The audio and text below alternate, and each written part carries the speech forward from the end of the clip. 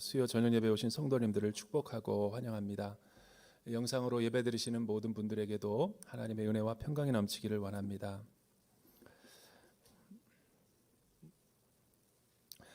오늘은 14만 4천과 또 구원받은 성도라는 제목으로 같이 한번 하나님 말씀을 살펴보기를 원합니다. 최근에 우리가 이제 그 뉴스 보도를 통해서 알고 있듯이 얼마 전에 이제 대구에서 우리 홍준표 대구시장이 또 이렇게 신천지 어떤 공정하게 또 이렇게 뭐 메인 스테디움을 대관하는 이런 어떤 이슈에 대해서 찬반 양론이 있었지만 이렇게 허락하에 신천지에서 이렇게 한 10만 명이 넘는 그런 어떤 또 이 14만 4천 명에 속하는 그런 수료식과 졸업식이 있었죠. 10만 명이 넘는 집회를 이제 보통 할 수 있다라는 것이 또 경이롭기도 하지만 이거를 통해서 제가 느끼는 것은 이 신천지가 이제 한때 코로나 팬데믹 기간에 이미지가 되게 안 좋았던 것이 분명했죠. 그러나 사실은 이 교세는 이미지와는 상관없이 더 확장되고 있고 더 그 어느 때보다도 열정적으로 전도하고 있는 것을 보게 됩니다. 왜냐하면 이제 주님 오실 때가 가깝다. 그들도 이제 믿고 있기 때문에 더 이 그 행위 구원으로서의 그 열심을 많은 그 나름 이제 교파 사람들에게 강조하고 있는 거죠. 원래 이 신천지라고 하는 것은 이제 오늘은 이 서론 이야기가 신천지로밖에 시작될 수 없는 게 14만 4천 명이 가장 이 영적으로 곡해해서 잘못된 해석 교리로 온 세상을 어지럽게 만들고 있기 때문에 신천지가 어떻게 시작이 됐는지 그 유래와 뿌리를 알 필요가 있죠. 원래 우리나라의 그 1960년도에서부터 70년대 뭐 박태선 장로의 그 종교관, 뭐 신앙촌 마을 이전에도 그 17세에 불과하던 이제 유주열 그 교주가 이 창시한 그 증거장막이라는 데가 있죠. 이렇게 말하면 이제 사람들은 모르죠. 근데 이제 가수 싸이의 장인어른이다 그러면 이제 다 알죠. 그 원래는 이제 이 시한부 종말론과 여러 가지 성경을 이 은유적으로 상징적으로 잘못 풀어내서 이 극단적인 종말론의 형태로 많은 사람들에게 엄청난 피해를 줬죠. 그래서 수많은 사람들의 재산과 또 잘못된 예언과 그런 것들을 다 사실은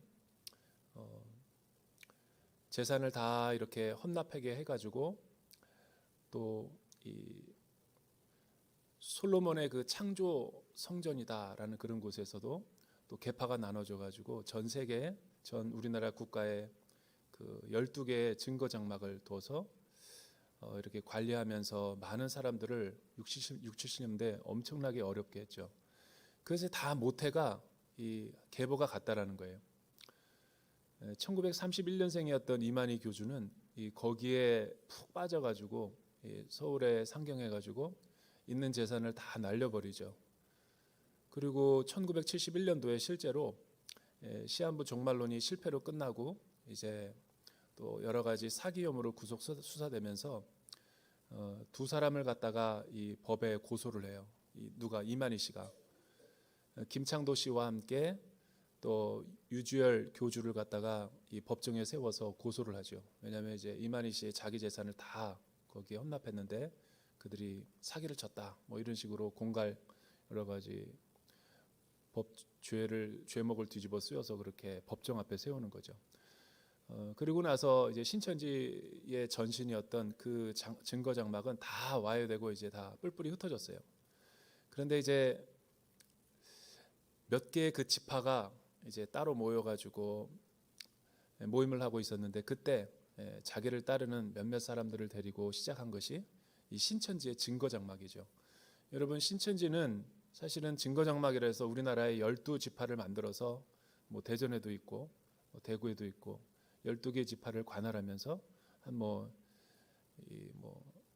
2, 30만 성도를 자랑한다 그래요. 그런데 이 사람들은 이 무료 성경 연구원 또 어떤 그 여러 가지 다양한 모양의 이름으로 많은 신학교와 많은 성경 공부방 이런 것들을 이제 개설하고 여러 가지 이름을 통해서 많은 사람들을 미혹하게 하고 있죠. 비유풀이로 인해서.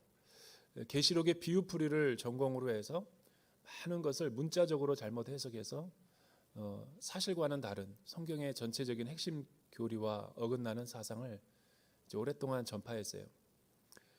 그런데 이제 80년대부터 신천지가 이제 과천으로 오면서 거기를 이제 본원으로 삼고 본부에서 이제 12개 지파를 경영하면서 엄청난 사실은 이 뭐 경영학적으로 말하면 대성공을 거두게 되죠. 그때부터 뭐 90년대, 2000년대 할 것 없이 지금까지 우리 한국 교회를 어렵게 하고 힘들게 하는 그 주류 교파가 되어버리고 말았죠. 그런데 이 신천지라는 이 이상한 집단 가운데 한번 빠지게 되면 탈신천지를 잘 못해요. 그러니까 그 교파에서 나오기가 쉽지가 않습니다. 그 이유를 이제 거기 있다가 나오게 된 어떤 한 그 김강림 청년이라는 그 간증을 한번 들어봤어요. 탈신천지의 간증. 그리고 거기에 그 교육부장으로 있었던 이 신현욱 목사라고 구리 초대교회 목사님의 어떤 그런 신천지의 해부를 파헤치는 그런 내용들을 쭉 들어보고 이제 종합을 해보면 일반 사람들은 상상하기 어려울 정도로 교회에서는 사용하지 않는 독특한 이 전도 방법을 사용하고 있기 때문에 거기 다 미혹되고 넘어가는 거예요. 거기 한번 빠지면 이 세뇌돼서 헤어나올 수가 없는 거죠.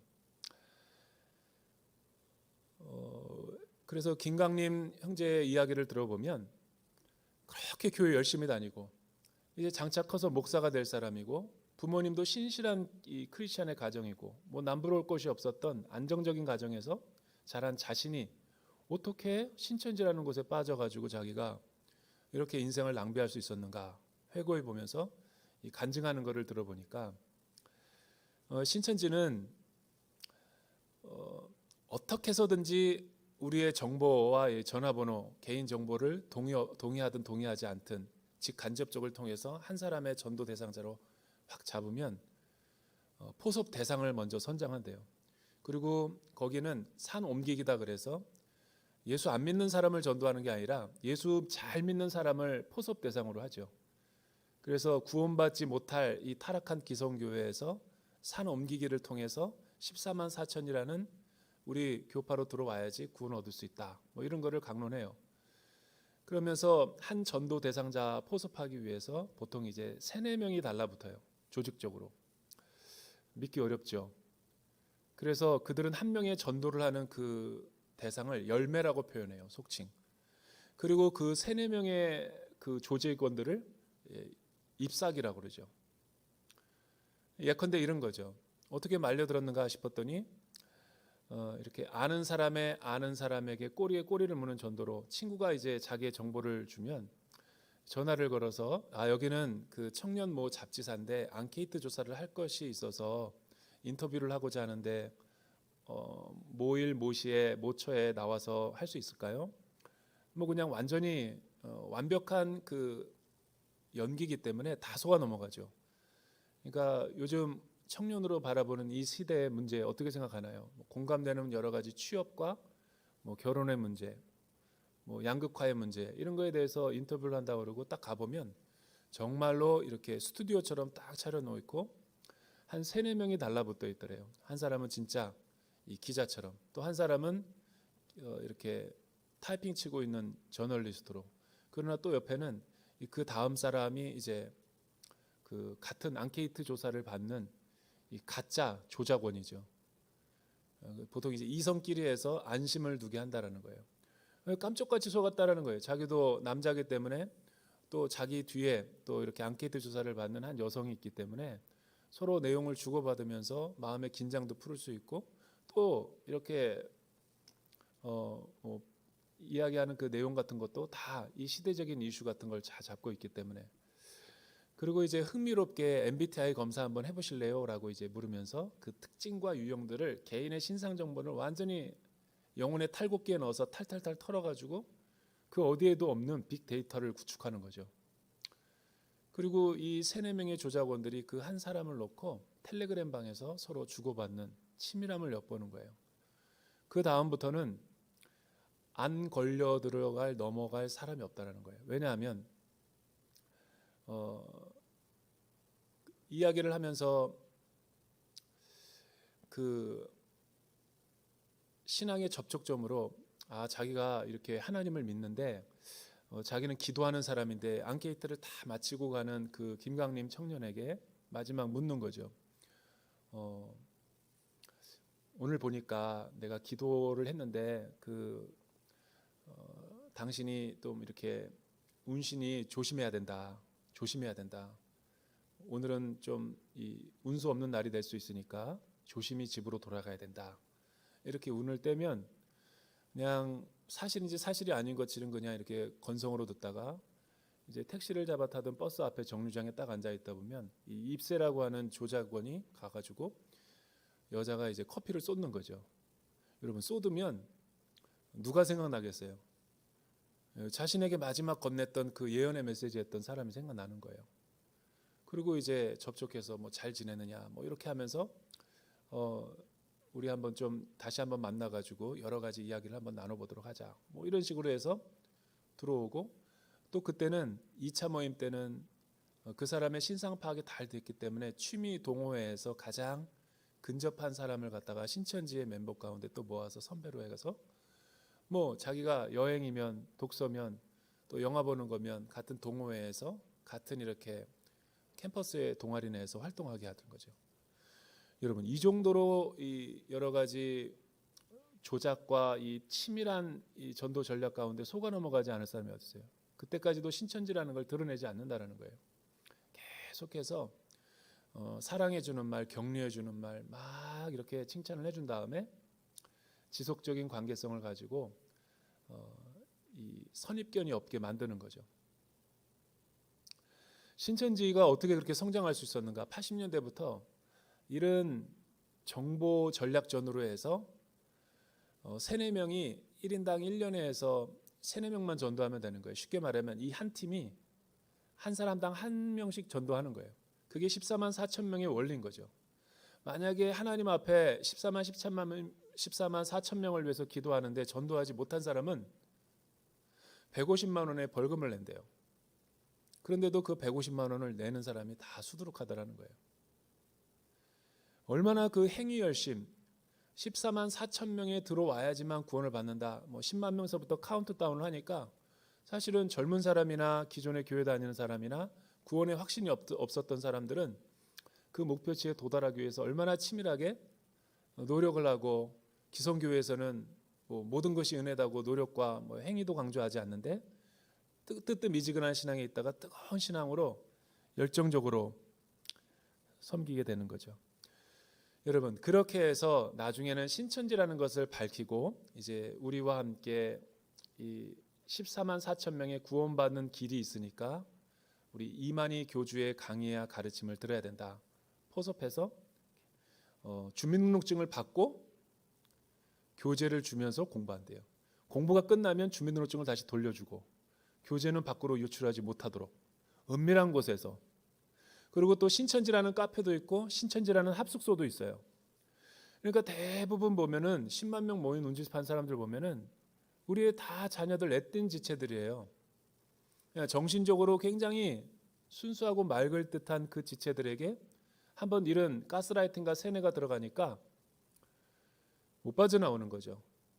특히 한번 가입되고 나서 못 빠져나오는 이유는 그들은 인터넷을 못 보게 해요. 그리고 그들은 카톡도 안 해요. 그들은 오직 텔레그램만 사용하죠. 흔적을 지우기 위해서. 그리고 모든 정보들을 자신의 선임에게 보고를 해야 돼요. 영적인 코칭을 받게 하는 거죠. 그러니까 부모들이 그렇게 착하던 자녀들이 신천지에 들어갔는데 그 허구를 알고도 나오지 못하는 이유. 모든 지나가는 사람들도 다 아는 그 신천지 허구성을 똑똑한 대학생인 우리 자녀만 몰라. 왜냐하면 눈을 가리고 귀를 가리고 모든 것을 가렸기 때문에 그래요.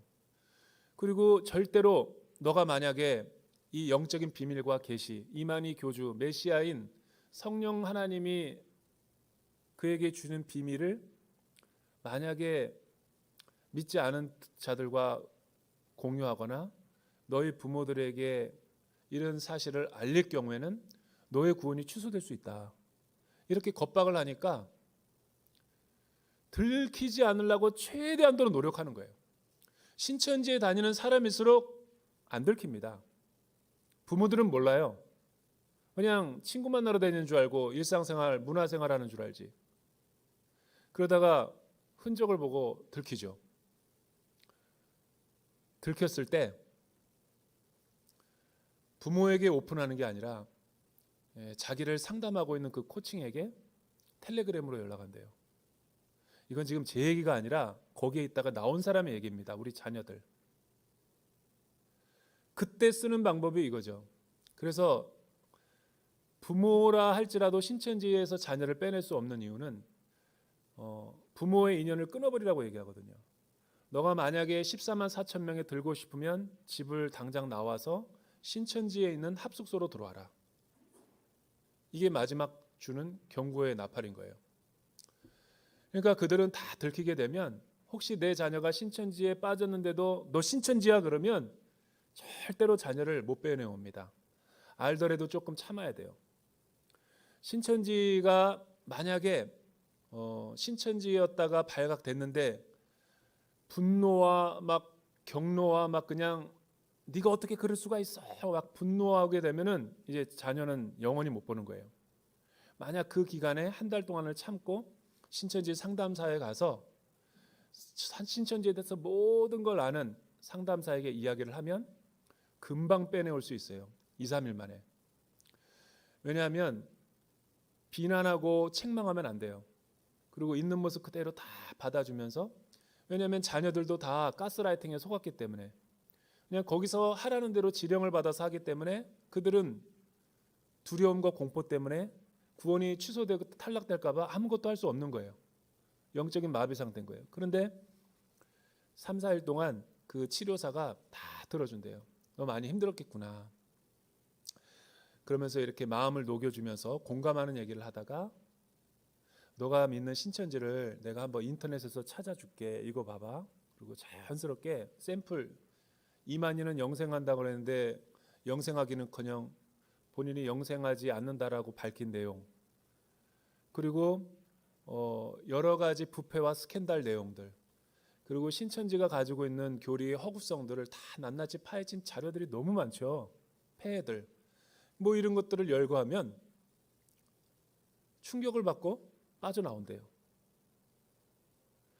그러니까 만약에 부모여가지고 이 혈육이라는 것 때문에 그냥 막 감정적으로만 앞서서 얘를 갖다가 붙잡아 놓으려고 오히려 더 멀어지고 신천지 합숙소로 가기 때문에. 그런데 잘 전문가들에게 이렇게 안내를 해서 같이 차분하게 데리고 가면 이성을 가진 자라면 하루 이틀 만에 다 금방 나온대요. 그 정도로 허당인 여러분 집단이 바로 신천지인 거예요. 그러니까 결국은 어떻게 이렇게 10만 명, 14만 4천 명 계속 교세를 늘릴 수 있는가? 우리의 사람 안에 있는 여러 가지 그 종교성과 또 구원에 대한 어떤 교묘한 심리를 이용해 가지고 조작하는 거죠. 얼마나 신천지가 허구냐면, 신천지의 전제가 뭐냐면 한 영혼을 포섭하고 산 옮기게 하기 위해서는 수단과 방법을 가리지 않고 다 거짓말해도 된다. 그러니까 그들은 담대하게 거짓말하는 거예요. 아니, 전도를 위해서 거짓말을 한다는 게 합리화가 되는 집단이 어디 있어요? 그러니까 신천지들 보면 거짓말을 그렇게 많이 해요. 거짓말 하는데도 다 넘어가는 거죠.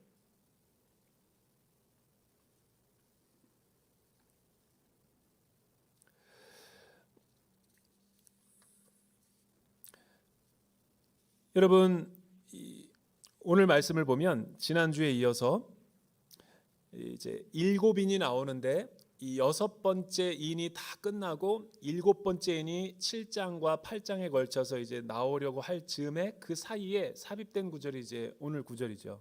그 유명한 14만 4천 명. 그런데 요한은 이 7째 인을 떼기 직전 6번째 다음 6번째와 7번째 인 사이에서 어떤 보좌의 환상을 보라보는가. 먼저 이제 1절을 우리가 한번 살펴보죠. 요한은 내 천사를 보게 되는데 어떤 내용인지 1절 한번 읽어볼까요? 시작. 이 일 후에 나는 내 천사가 땅의 네 모퉁이에 서서 땅의 네 바람을 붙잡아 땅이나 바다나 나무에 불지 못하도록 막는 것을 보았습니다. 여러분, 7째 인은 인류 역사상 가장 큰 하나님의 진노와 심판의 때 그리고 대재앙의 때인 거예요. 근데 아직 그 7인은 떼지지 않았죠. 그 이전에 중간 텀에 어떤 환상이 있었는가? 내 천사가 땅의 네 모퉁이에 서 있는 것을 보았대요. 여러분, 네 모퉁이라는 것은 땅의 네 모퉁이라는 것은 온 열방을 말하는 거죠. 동서남북 온 열방 가운데서 일어날 온 세상의 일을 의미하는 거예요. 그리고 내 천사가 어떤 사람들이냐면 권세를 가졌는데 땅의 네 바람을 붙잡아 땅이나 바다나 나무에 불지 못하도록 막는 것을 보았다라는 거예요. 그러니까 7인이 떼기 전에 대재앙이 임하기 전에 대재앙이 못 일어나도록 동서남북에서 막고 있는 4명의 천사를 보았다라는 거죠. 여러분, 이 말씀이 우리에게 의미하는 바가 무엇일까요? 하나님의 진노와 심판은 반드시 있다라는 거예요. 어떤 사람은 신앙생활하면서 어떻게 구약의 하나님과 성경에 나오는 인자와 긍휼, 자비 하나님이 그렇게 대노할 수 있고 무섭게 심판할 수 있는가? 그거는 하나님의 성품에 있어서 이율배반적인 거 아닌가? 선하시고 의로우시고 자비하시고 사랑이 많으신 하나님이 어떻게 진노와 사람을 심판할 수 있는가? 이 세상을 심판할 수 있는가? 우리 인간의 이성으로는 불가능하지만 여러분, 온 우주를 창조하시고 무소부지하시고 지혜로우시고 전능하신 하나님은 공의로우면서 사랑일 수도 있고 의로우시면서 자비를 베푸실 수 있는 분이죠. 왜냐하면 하나님의 성품은 다이아몬드로 비유하자면 우리처럼 단선적이거나 단면적인 게 아니라 입체적인 분이기 때문에 그래요. 하나님의 본성은 사랑이지만 여러분, 그 다이아몬드의 여러 입체적인 면을 볼 때 우리는 어느 한 면을 보면서 우리의 성품을 이야기하지만 무소부지하시고 지혜로우시고 초월자이신 그 하나님은 은혜와 진리가 하나가 될 수 있어요. 또 사랑과 심판이 하나가 될 수 있는 하나님이죠. 거꾸로 우리 인간의 잣대로 그러면 어떻게 하나님이 사랑이라고 하면서 무서운 심판과 진노를 우리에게 행할 수 있는가? 우리는 따지기 좋아하지만 그러면 반대로 성경에 나오는 공의와 정의 또 의로우신 선하신 그 하나님이 악을 보고도 심판과 형벌과 진노를 내리지 않는 것이, 묵인하는 것이 선하신 하나님인가요? 누군가가 전쟁을 일으키고 또 누군가가 대학살을 저지른 어떤 역사의 주체가 있는데 그 사람은 형벌도 없고 책임도 없고 가만히 묵인하고 넘어가는 것이 용서이고 정의이고 자비인가요? 성경에는 한 번도 그렇게 얘기를 하지 않아요. 여러분, 선하시면서 의로우신 하나님은 당연히 절대 주권을 가지고 우리를 죄에 대해서 정확하게 심판할 수 있는 분이죠.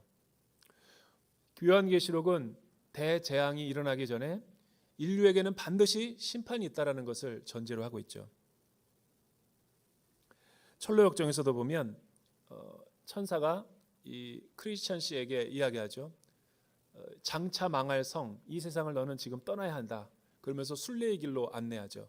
장망성이라는 것은 Destruction City라 그래서 장차 망할 도성. 이 그러니까 심판을 받을 이 세상을 상징하는 거죠.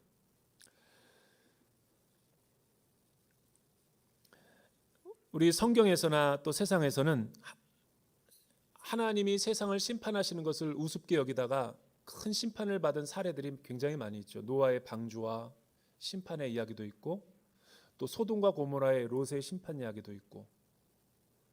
여러분, 심판은 되게 두렵고 떨리는 일인데 반드시 죄에 대해서 책임과 하나님의 의로운 진노가 이 땅 가운데 임할 때가 있다라는 거죠. 그런데 요한이 네 천사를 보게 되는 것이 우리에게 어떤 메시지를 주냐면, 심판만 있는 것이 하나님의 공의가 아니죠.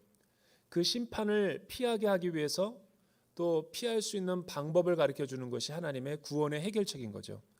2절과 3절 우리 같이 한번 읽어볼까요? 2절과 3절.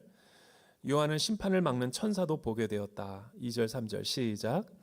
그리고 나는 다른 천사가 살아계신 하나님의 인을 가지고 해 돋는 데서 올라오는 것을 보았습니다. 그는 땅과 바다를 해칠 권세를 받은 네 천사에게 큰 소리로 외쳐 말했습니다. 우리가 우리 하나님의 종들의 이마에 인을 치기까지 너희는 땅이나 바다나 나무들을 해치지 말라.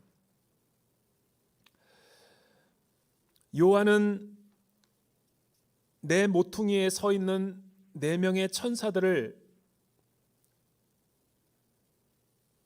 바람과 땅이나 바다와 나무에 바람이라고 하는 하나님의 진노의 심판이 불지 못하도록 막아 서 있는 것을 본 거죠. 그리고 그들에게 또 다른 한 천사가 위로부터 나타나 가지고 선포하는 내용이 바로 2절과 3절이죠. 그는 어떤 천사였냐면 하나님의 인을 가지고 올라오는 천사였다라는 거예요. 그리고 그는 땅과 바다를 해칠 권세를 받은 바람을 붙잡고 있는 네 천사에게 뭐라고 말하냐면, 우리가 우리 하나님의 종들의 이마에 인을 치기까지 너희는 땅이나 바다나 나무들을 해치지 마라. 그러니까 심판은 반드시 있지만 하나님은 심판이 목적이 아니라 자비와 긍휼과 사랑으로 그 심판을 피하게 하기 위해서 인자와 자비와 사랑으로 구원의 길을 우리 가운데 유보해 두시고 있는 그 하나님이시라는 거죠. 그러니까 하나님은 심판의 하나님일 뿐만 아니라 구원의 하나님, 구원의 하나님일 뿐만 아니라 심판의 하나님, 공의와 자비와 또 하나님의 의로움과 선하신 그 하나님이 오늘 성경 가운데 우리에게 이야기해 주고 있는 거죠.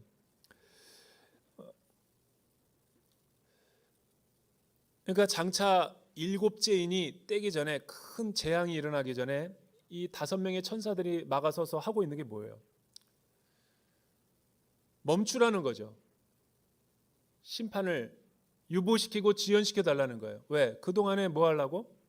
온 세상을 돌아다니면서 하나님께서 이마에 인을 치는 하나님의 백성들과 종말론적인 백성들을 교회 안에, 구원의 방주 안에 모아들이기 위한 시간을 의미하는 거죠.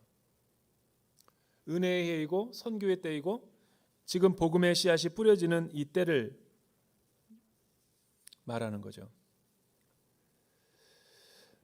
그동안에 대재앙이 일어나지 못하도록 하라. 어쩌면 지금이 그런 때일 수도 있죠.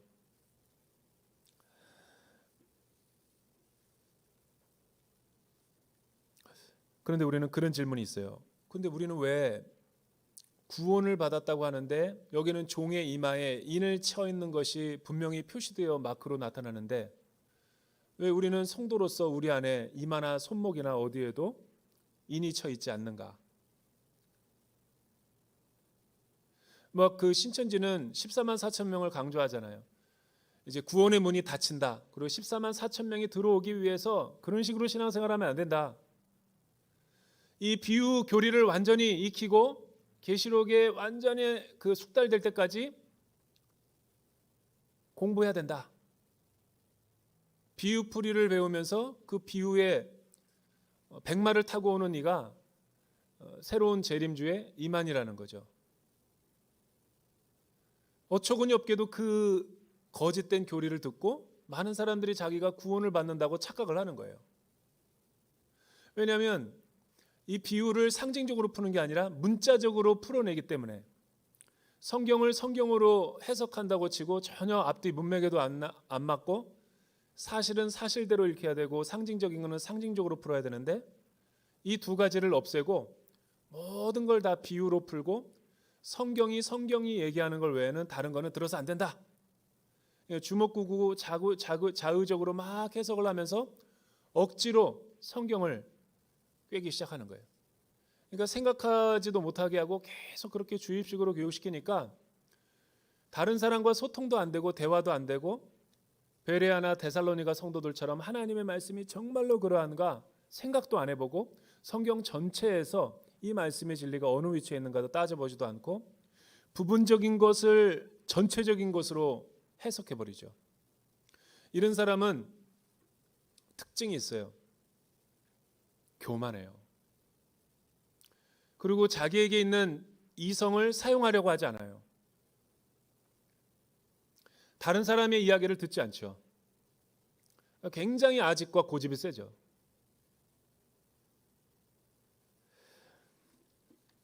과연 성경이 인을 친다라는 게 14만 4천 명의 어떤 들어올 때의 어떤 표지와 표식을 의미할까? 그 비유 공부를 마친 사람에게 주는 수료증일까? 우리 에베소서 1장 13절을 같이 한번 읽어보도록 하죠. 에베소서 1장 13절 자막을 통해서 혹시나 준비될 수 있나요? 같이 한번 읽어보죠. 에베소서 1장 13절 시작. 그리고 여러분도 그리스도 안에서 진리의 말씀 곧 여러분을 위한 구원의 복음을 듣고 또한 그리스도 안에서 믿어 약속하신 성령으로 인치심을 받았습니다. 바울은 성도들이 구원을 받고 하나님의 자녀가 되는데 이 인침을 받다라는 뜻이 무엇인가를 정확하게 여기에 해석해내고 있죠. 인침이라는 것은 비유교리나 이만희의 어떤 신천지 교리집을 갖다가 달달달달 외워서 어느 정도 수준에 오르는 게 구원의 표지가 아니라 또 이마에 어떤 상징적인 것을 붙여가지고 그렇게 구원받은 표지로 쓰는 게 아니라 인이라는 것은 여러분 유목민들이 양이나 염소나 소나 가축을 몰면서 실링 도장을 찍죠. 왜 도장을 찍냐면 다른 목자의 양들과 내 목자의 양이 서로 섞이지 않게 하기 위해서 식별을 하기 위해서 찍는 거예요. 그거를 실링한다, 인친다라고 말하는 거예요. 인침의 의미는 두 가지가 있어요. 이거는 내 소유다. 또 이거는 믿음으로 말미암아 구원을 받은 것이다. 그러니까 성령의 내적인 증거로 우리가 다 구원을 받게 돼 있다라는 거지.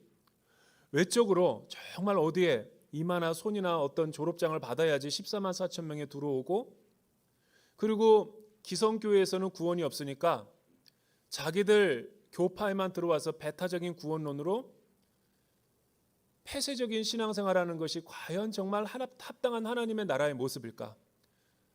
신천지에 있는 지체들을 보면 그 10만 명의 얼굴을 보니까 웃음과 기쁨과 희락보다는 근심과 염려, 불안, 굉장히 두려워하고 있는 모습이 역력해요. 그리고 비관적이고 염세적이고 시한부 종말론자들의 특징이 뭐예요? 여러분 유튜브에 나오는 많은 그런 종말론의 그런 내용들을 컨텐츠를 한번 보세요. 과연 성경적이고 영적인 내용인가? 나는 믿으라고 해도 믿고 싶지 않아요. 과연 저게 크리스찬의 모습인가? 그로테스크하고 괴물 같고 공동체적이지도 않고 샬롬도 없고 너무나 극단적이고 직장일도 못하고 미래도 계획도 안 하고 오로지 행위 구원으로 열심히 해서 어떤 목적에 의로운 상태에 도달하려고 하는 그런 이상한 신앙생활을 하는 거예요. 그러니까 그런 사람들의 기도는 사나워요. 가끔 우리 교회에서도 기도할 때 보면 비정상적인 기도를 하는 사람들이 있어요. 새벽이든지 어디든지. 이상한 기도원에서 안찰받았다 그래가지고 온 다음부터 어디서 이상한 집회에 참여한 다음에 교회 와가지고 기도하는데 하나님 앞에 의자를 집어던져요. 당신이 어떻게 나한테 그럴 수 있냐고. 그동안 당신이 나에게 해준 게 뭐가 있냐고. 그리고 막 괴성을 질러요. 이게 아닌 줄 아나 본데 그래서 제가 너무 사나워서 이거 기도가 너무 성도들이 방해되는데 우리 부목사님에게 기도 중지시키라고. 저 무슨 악한 영이 들어갔는지 기도는 저렇게 사납게 하는 것이 아니라고. 어디서 다 그 영혼이, 그러니까 완전히 그 영혼이 사로잡힌 거죠. 어떤 악한 영들에게 의해서. 그러니까 그런 사람들일수록 특징이 뭐냐면 열심히 해요. 잘못된 열심. 그리고 다른 사람들의 이야기를 안 들어요. 여러분, 모든 성령의 은사는 절제가 가능해요. 설령 신유의 은사, 예언의 은사, 통변의 은사, 방언의 은사가 있다 할지라도 머리 대신 그리스도를 주님으로 해서 또 여기에 담당 목회자로 세워준 저의 권위에 순종하는가 안 하는 걸 보면 알 수 있어요. 중지하시오 그러면 중지하면은 그 사람은 영적인 사람이에요. 중지하시오 그런데도 계속 자기 하고 싶은 대로 하면 그는 영적이지가 않은 거예요.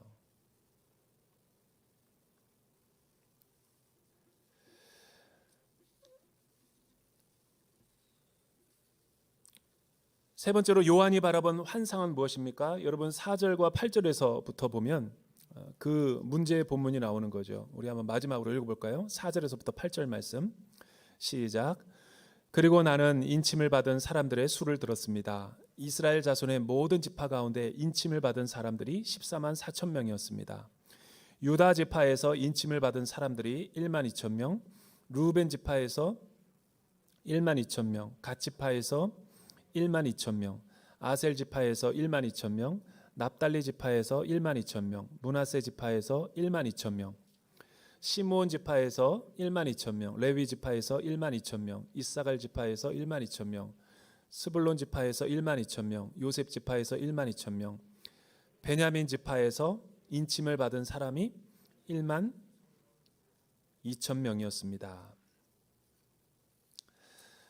신천지의 교리 가운데 가장 핵심 가치가 뭐냐면 구원에 있어서 이 14만 4천 명에 들어가는 거예요. 오로지 처음과 시작이 이들은 14만 4천 명이고 요한계시록이 그들의 복음 중에 복음이에요. 그런데 이 14만 4천 명을 문자적으로 해석할 경우 상당한 문제가 많아요. 그러니까 성경에서는 사실적인 묘사가 있고 상징적인 묘사가 있어요. 이 두 가지를 혼동하면 성경을 곡해하게 되는 거죠. 그러면 여기서 지금 요한이 바라본 14만 4천 명이 상징일까요? 사실일까요? 그러니까 신천지 사람들은 이거를 사실이라고 보는 거죠. 그런데 성경의 모든 복음주의 관점에서는 이거는 상징으로 봐야지 타당하지 사실이 아니다. 만약에 이것이 사실이라면 여기에 있는 12지파의 족보를 한번 살펴볼 필요가 있어요. 여러분, 처음에 12지파의 언약궤를 매는 동서남북의 진영을 보면 르우벤 지파가 가장 먼저 나오죠. 르우벤 지파가 가장 먼저 나와야 되는데 5절에 보니까 유다 지파가 먼저 나와요. 왜 그러죠? 사실이 아니라는 거죠. 변개가 된 거예요, 약간. 여기서 말하는 14만 4천 명이라는 것은 여러분 12 곱하기 1000을 한 숫자가 14만 4천 명인 거죠. 10이라는 것은 뭐예요? 구약의 12지파. 그것도 그냥 자연적인 12지파가 아니라 예수님이 나오는 메시아의 족보 가운데 든 언약의 후손인 유다 지파가 가장 르우벤을 대신했죠. 그리고 단과 에브라임 지파는 사사기와 여호수아에 보면은 우상 숭배로 인해서 지파에서 끊어져 버리죠. 대신 레위 지파가 들어가고 요셉 지파가 들어간 거예요. 지금 베냐민 지파와. 이것만 보더라도 여러분 민수기에 나오는 12형제의 지파가 아니라는 걸 우리가 알 수 있죠. 그러니까 구약의 12지파는 뭐를 의미하냐면 구약 성도들 가운데 구원받은 성도들의 무리들을 상징하는 거죠. 또 12는 예수님의 12제자를 상징하는 거예요. 그러면 1000이라는 것은 뭐냐면 충만하다라는 숫자예요. 아주 많은 성도들. 유대 묵신문학에서는 이 1000이라는 숫자를 그렇게 비유적으로 사용하는 거예요. 마치 예수님이 하나님이 6일 동안 창조하시고 제7일에 안식했던 것처럼 7은 완전수로 나오는 거죠.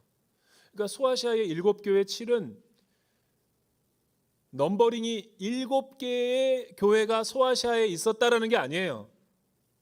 일곱 별을 가지신 이가 일곱 교회 사이로 거니신다라고 할 때 그 일곱 교회는 뭐를 의미하는 거냐면 7,000개가 있었을지 700개가 있었을지 누가 알아요? 완전한 교회 숫자들, 이 지상의 교회, 오고 가는 모든 세대 가운데 구원받은 공동체의 숫자를 말하는 거지. 그러니까 소아시아 교회는 어제나 오늘이나 우리에게도 반면교사가 되는 거울과도 같은 교회의 모습인 거죠. 그렇게 해석해야지. 이거를 문자적으로 14만 4천 명만 구원받는다, 배타적 구원론을 내서 자기들의 모임 가운데 와서 성경 공부를 하고 비유를 풀어야지 구원을 받는다. 그것도 예수 이름으로 구원받는 게 아니라 재림주인 이만희가 가르친 풀이 비유를 해서만 구원을 얻을 수 있다라는 수료증을 준다? 이러처럼 엉터리 교리가 어디 있어요? 여러분, 사울이 죽인 자는 천천히요 다윗이 죽인 자는 만만이로다. 그는 천군 만마를 얻었다 할 때 진짜 다윗이 천군과 10,000명의 장수들을 얻었다는 건가요? 말을? 그걸 사실적으로 해석하는 사람은 어리석은 사람이죠. 히브리서 12장에 보면 허다한 무리가 우리를 구름처럼 둘러싸고 있다. 그 허다한 구름이 진짜 허다한 구름을 의미하는 거예요. 천군 만마를 얻었다라는 것은 많은 사람들과 재산을 얻었다라는 거죠. 그렇게 해석해야지. 여러분, 천이라는 완전한 숫자가 너무 많은 셀 수 없는 수를 의미하는 거예요. 오고 가는 모든 시대 가운데 예수를 믿고 의로워지고 구원받은 모든 성도들을 총망라하는 숫자죠. 저와 여러분들을 포함해서. 이런 허구를 그렇게 받아들이는 사람이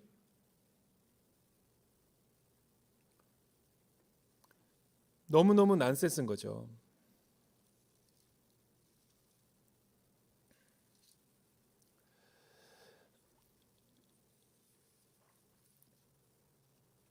여러분, 오늘 말씀이 저와 여러분들에게 주는 이 교훈과 메시지가 뭐예요? 지금 일곱째인 바다와 땅과 이 사명 가운데 엄청난 대재앙과 심판과 진노가 임하기 전에 하나님께서 4명의 천사와 1명의 천사를 동원해 가지고 입맞은 사람 14만 4천 명을 온 세계를 두루다니면서 불꽃 같은 눈으로 하나님이 지금 찾아내고 있죠. 은혜의 때요, 선교의 때요, 복음의 때인 거예요. 이런 대추수의 때를 지금 하나님께서 내리셔서 심판에서 피하게 하기 위해서 이 진리의 메시지를 계시록을 통해서 선포하고 있는 거죠. 지금은 또한 인내의 때인 거죠. 흰옷 입은 성도와 구원받은 성도들이 잠시 잠깐뿐이 환난을 잘 이겨내게 하기 위해서 이 하늘 보좌에 천상의 요한이 본 비전과 환상을 주어서 그것을 소망으로 붙들고 승리하며 이기라고 준 거죠. 여러분, 2차 세계대전이 끝날 무렵 8월 15일에 45년 괌에서 히로시마와 나가사키의 원폭 투하가 결정이 됐어요. 왜냐하면 왜 도쿄도 아니고 오사카도 아니고 히로시마와 나가사키일까? 거기에 많은 군수공장이 있었기 때문에 그래요. 일본이 더 이상 전쟁을 치르지 못하도록 그 군수공장에 엄청난 치명타를 입히는 것이 프로젝트였어요. 그래서 괌에서 B-29기가 출발했죠. 리틀보이라고 하는 엄청난 인류 최초의 핵폭탄을 가지고. 그런데 그 핵폭탄을 떨어뜨리기 전에 1, 2개월 동안에 일본 말로 찌라시를 그렇게 다 뿌렸대요. 미군들이. 유포시켰다는 거죠. 한 달 있으면 여기는 불심판이 임한다. 다 이거를 피해야 된다. 다 이곳을 떠나라. 한 달 내내 전단지를 뿌려서 확성기를 통해서 메가폰을 갖고 얘기했대요. 두 부류의 사람이 생겼대요. 큰일 났구나. 빨리 집을 정리하고 떠나가자. 그랬던 사람들은 살았고, 우리 조상 때부터 3, 4대 이어져 내려오는 땅에 한 번도 천재지변이 없었던 히로시마와 나가사키에 불심판이 내린다고? 그 적들의 속임수다. 안 믿었던 거예요. 8월 15일 날 무슨 일이 있었을까요? 역사적으로 보시다시피 어떻게 보면 비유적으로 보면 꼭 그런 것과 똑같은 거죠.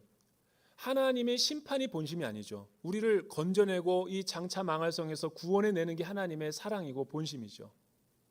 그러나 하나님의 말씀과 경고를 우습게 여기고 계속 메시지를 주고 사인을 주는데도 듣지 않는 사람, 자기 미련한 선택 때문에 그렇게 멸망받을 수밖에 없는 거죠. 예수를 믿어야 생명을 얻고 구원이 있고 영원한 생명이 있습니다.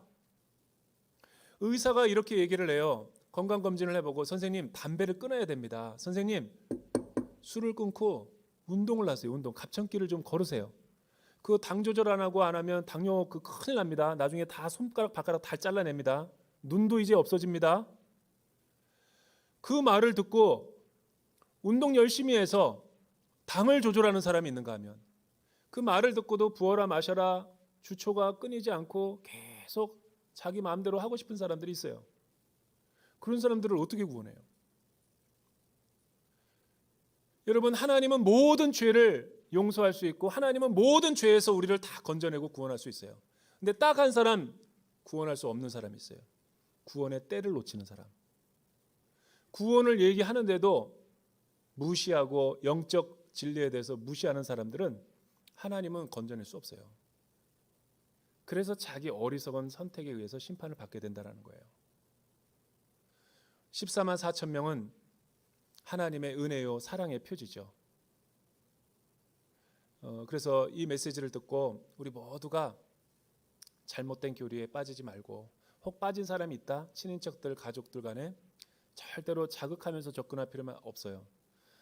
여기 지금 우리나라에는 신천지 상담소가 되게 많이 생겼어요. 너무 허점이 많기 때문에 거기에 편안하게 이렇게 여유 있게 데려가서 자세히 상담을 하면 부모가 하는 것보다, 혈육이 하는 것보다 훨씬 더 쉽게 하루 이틀 만에 다 브레인워시가 될 수 있어요. 왜냐하면 신천지처럼 허구가 없거든요. 신천지처럼 앞뒤가 안 맞는 말이 없어요.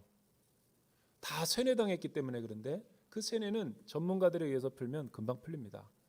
저와 여러분이 이런 미혹의 시대에 또 거짓된 교리에 속지 않고 늘 하나님의 진리의 말씀 앞에 서서 주님 오시는 날까지 우리가 정결하게 살아가기를 주님의 이름으로 축복합니다.